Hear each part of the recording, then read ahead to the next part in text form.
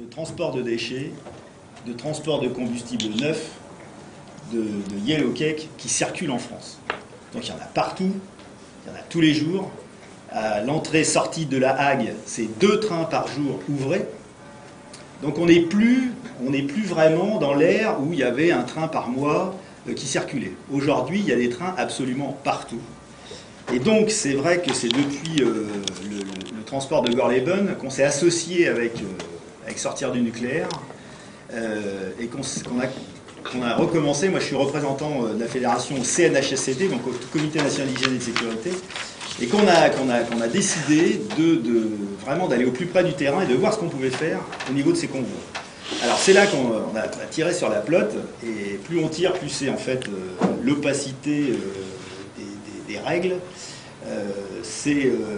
On se rend compte qu'effectivement ni les cheminots ni les usagers ne sont protégés, informés. Alors bon, au niveau des cheminots, c'est quand même assez grave, puisque du coup, ils se retrouvent tous confrontés, tous ceux qui sont sur les triages, tous les agents de conduite. On s'est rendu compte qu'ils étaient confrontés beaucoup plus que prévu à ces convois-là, et du coup, ne sont pas suivis, médicalement notamment, avec certains médecins dans les régions qui refusent d'assurer le suivi donc de ces travailleurs-là, ce qui commence à poser des problèmes. Alors, nous, la difficulté, c'est que la SNCF est transporteur et fait confiance aux chargeurs sur la légalité de son convoi et sa non-dangerosité.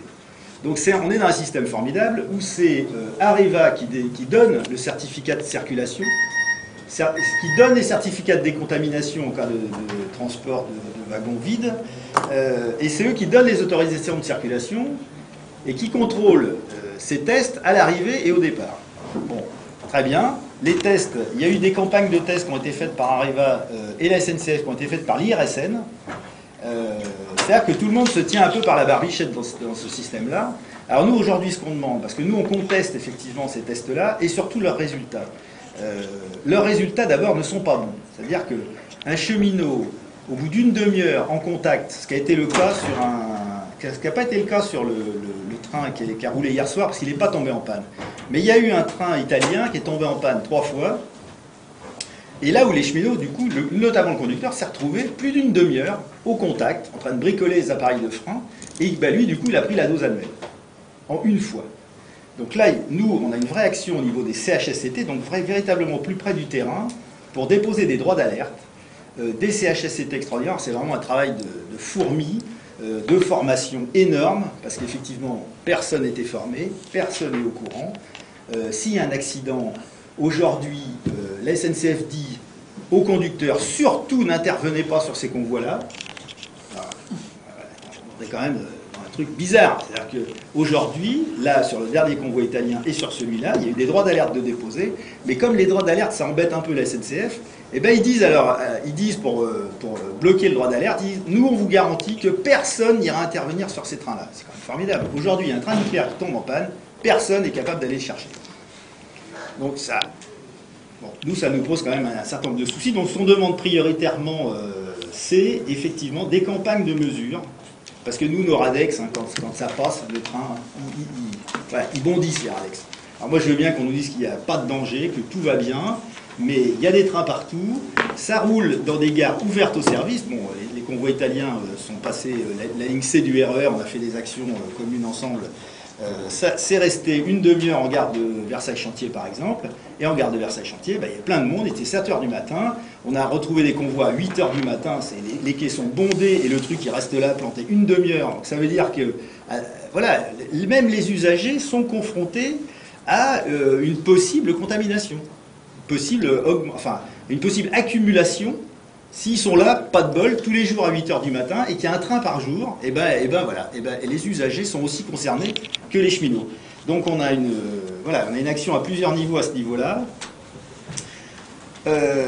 Nous, ce qui est intéressant, il y a 2 choses intéressantes, c'est que d'abord l'inspection du travail, quand il y a un droit d'alerte, intervient. Et là, ça y est, on a des premières décisions, des premiers écrits de l'inspection du travail qui obligent, enfin normalement, parce que l'inspection du travail, elle a des pouvoirs normalement limités, mais que personne ne respecte. Donc c'est formidable, et les entreprises, et la SNCF en premier. C'est-à-dire qu'il y a une mise en demeure de faire une évaluation des risques, donc ça c'est vraiment pour les travailleurs, une nouvelle évaluation des risques, de faire des mesures, de prévenir tous ceux qui sont concernés par les convois, de savoir exactement ce qu'il y a dedans, combien il y a de tonnes, l'émission, enfin voilà, la quantité de castors et tout. Et évidemment, la SNCF ne se met pas en conformité ouvertement avec ces mises en demeure.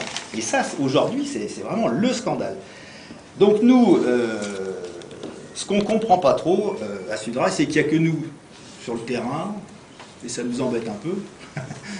On aimerait bien qu'aujourd'hui, les grandes centrales syndicales commencent à comprendre un peu ce qui se passe, arrêtent de se voiler la face et s'engagent dans ce combat, parce que voilà, ça ne va pas se faire en 5 minutes, et que s'il n'y a que Sudrail, effectivement, ça va être compliqué. Et donc on fait un appel du pied dès qu'on peut, effectivement, aux grandes centrales syndicales, pour qu'elles commencent à réfléchir. Alors il y a des lignes qui bougent, et la ligne qui bouge, ça s'est passé hier, puisque hier il y a eu un convoi de transport nucléaire, donc, où il y a eu un certain nombre d'actions. Il n'y a pas eu de rassemblement parisien, et du coup, on s'est rendu compte qu'il y avait un certain nombre de rassemblements qui étaient organisés spontanément sur le parcours. Alors notamment, tout ce qui a été la descente dans la région de Lille.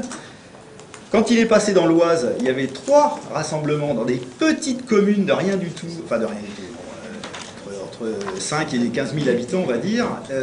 Et dans ces rassemblements, il y avait des élus locaux.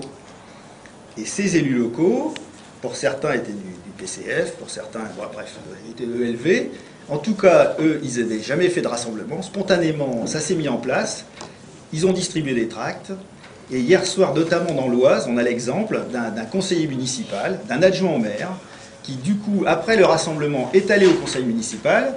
Et en conseil municipal, ils ont décidé d'écrire une lettre au préfet, bon, qu'on n'a pas encore évidemment. Mais ça... Moi, je pense que c'est ça qui va faire bouger les choses. Il faut absolument que les élus locaux, tout ce qui est sur le terrain, pour les syndicalistes entre autres, on se bouge, on aille dans le même sens, et normalement, nous on pense qu'effectivement, les lignes sont en train de bouger, autant à l'intérieur des partis qu'à l'intérieur des syndicats. Voilà, on espère quand même que bientôt, on ait quand même plus de puissance de feu dans ce domaine-là.